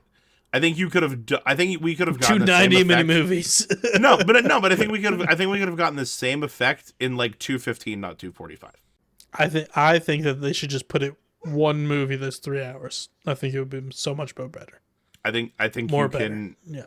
I disagree. I don't think you would have. I don't think you would have gotten all of the extra stuff that I liked. I don't think you would have been able to fit that in.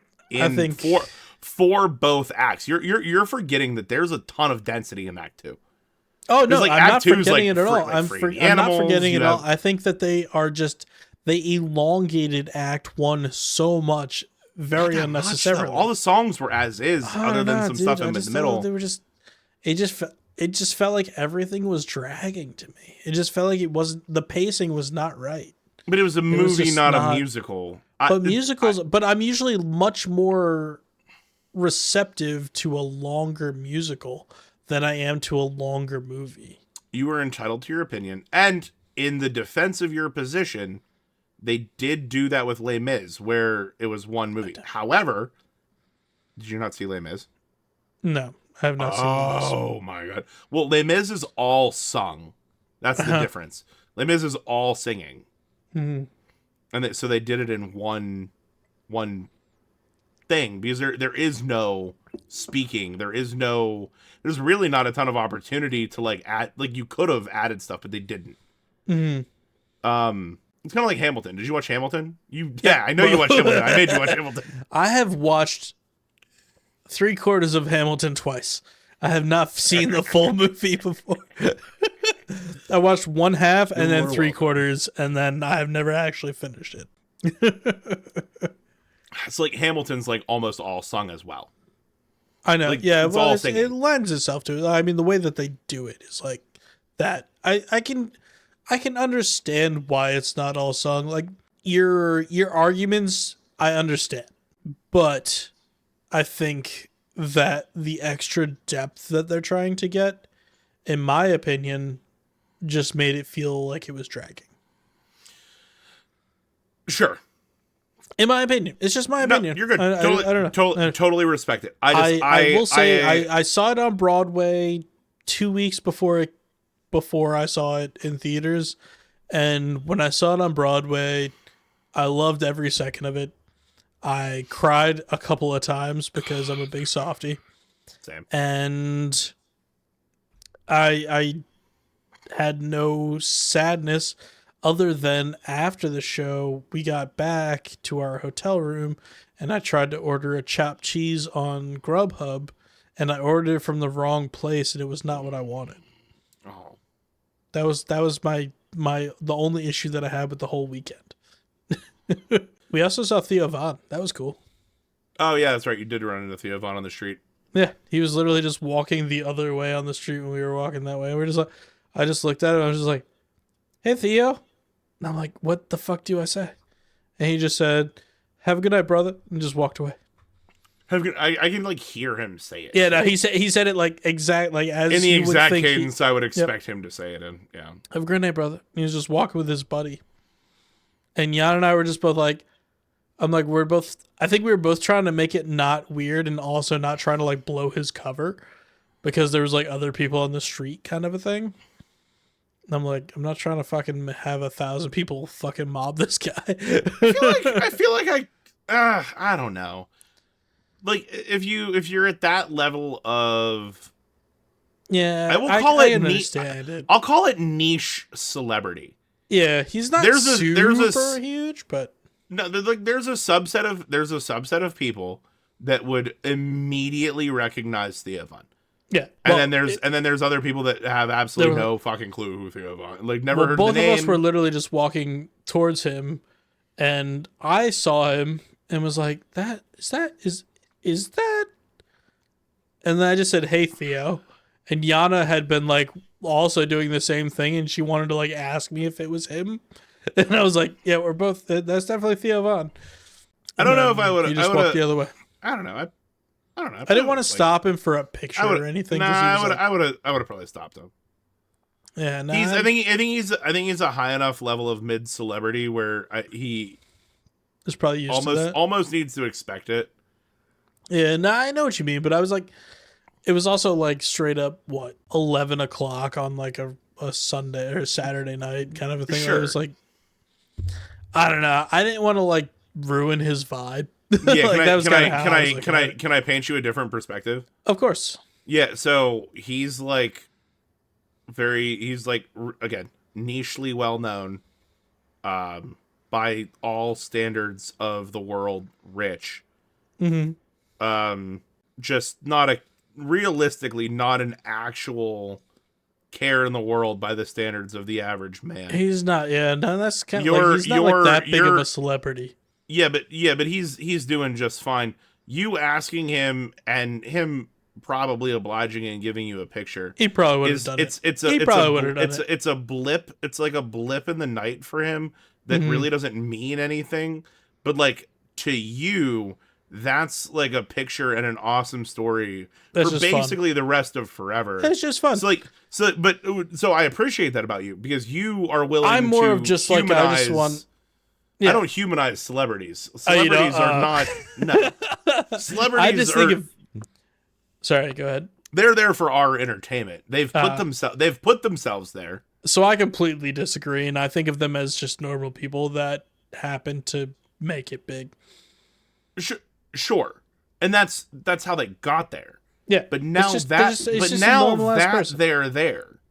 Yeah, they now have to that they're there. There's a certain level of public gratification. They're that we're due. I disagree with that. Like I don't think that we're due any gratification from the public.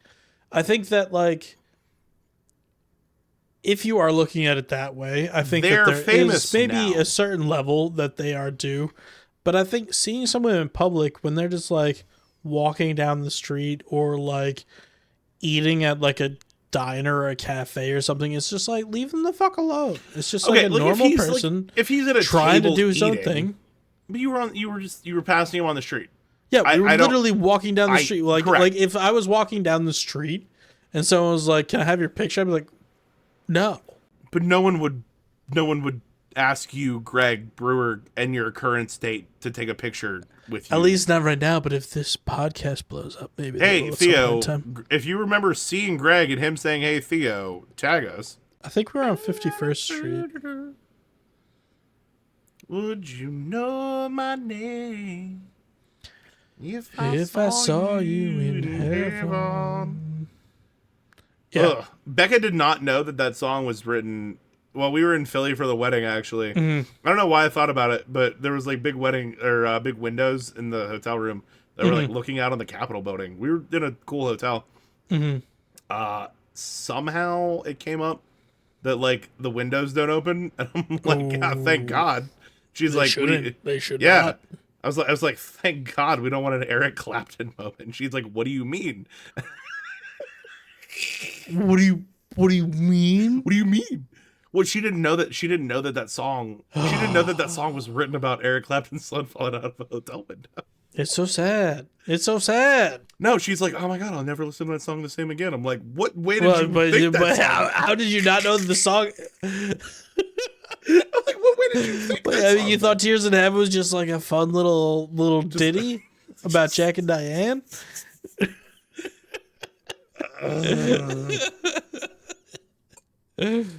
Oh, fuck, dude. So I've got one more thing to whine about. I'm going to be honest with you. Whine, buddy. Buddy, I'm getting old. Are you getting old? Are you feeling it at all? I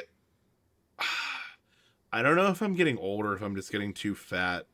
Like one of the two things is happening. I've got a combination of the two myself. It's a weird combo. Like I think if I was in better shape, a lot of the things that I attribute to old would probably go away. Yep. I agree. I completely agree. If you're talking about bodily ailments, I think it's probably more the poor health. But if you're talking like, do I think I'm getting too old because I look around and I see poor decisions being made by the youth, then yes, I'm getting too old. All right, no, I'm going to stick with I'm getting old because I think what happened to me, I don't think it really mattered how like of good of shape I was in. I think it just would have potentially happened either way. I mean, it might not have, but it did. It did happen. So we have the best Maine Coon in the world. Sven. He's been brought up. Svenjamin Button. Listeners of the podcast are aware. He's perfect, honestly. He's like, I'm not a cat person, as we've talked about in previous episodes. You are, but okay. I'm a Sven person. Sure. I love this little dude. But something that he does love to do is to wake us up. He will, in the morning, go under the covers at the foot of our bed and literally tickle our feet and wake us up that way. He literally just like takes his little paws and puts them under the covers and just tickles our feet, which is cute. It's cute as fuck. I hate that. You hate that? I would inadvertently kick the Yeah, no, and that's like, I'm surprised he still does it, because I think he's probably been kicked many a time so many already. times. But so earlier this week, he did this to me. He got into the covers and he tickled my feet, and I was pretty much asleep at this point and pulled my feet back, but my whole body tensed up when I pulled my feet back, and I tweaked my neck. I just fucked my neck up. I literally just fucked my neck up from him tickling my feet. It was the dumbest way to be injured ever. You're getting old. Literally, it's so stupid. Greg, you're Getting old. fucking old, dude. My body is not working right. I mean, at this point, I can move my neck. This was 3 days ago. And I can now I don't quite have full range of motion back. That's so bad. After 3 goddamn days. Have you taken any ibuprofen? I took ibuprofen for the first 2 days because I could literally not move my neck. When it happened, I thought I'd slipped a disc. And I was like, son of a bitch, I'm about to have a baby. I can't slip a disc right now. This is not an option. More specifically, you can't slip a disc by being startled awake. Yeah, startled awake by getting my fucking foot tickled by my fucking cat. Everything about this is not okay. There's like a foot fetish subreddit It's somewhere that's all so about embarrassed this. for you. But anyway, my neck is feeling better. It's like 80%. I'll give you turn most 80% now. You can yeah. Have you tried? Yeah, no, it's much better. You know what you need? You need a middle school desk to like. I just crack my back and I just like end it. Dude, It'll either make it better or it will kill me. There's not a chiropractor in the world that can crack a back better than a middle school desk. So and true. your fingers laced between the base of your head. Dude, I'll just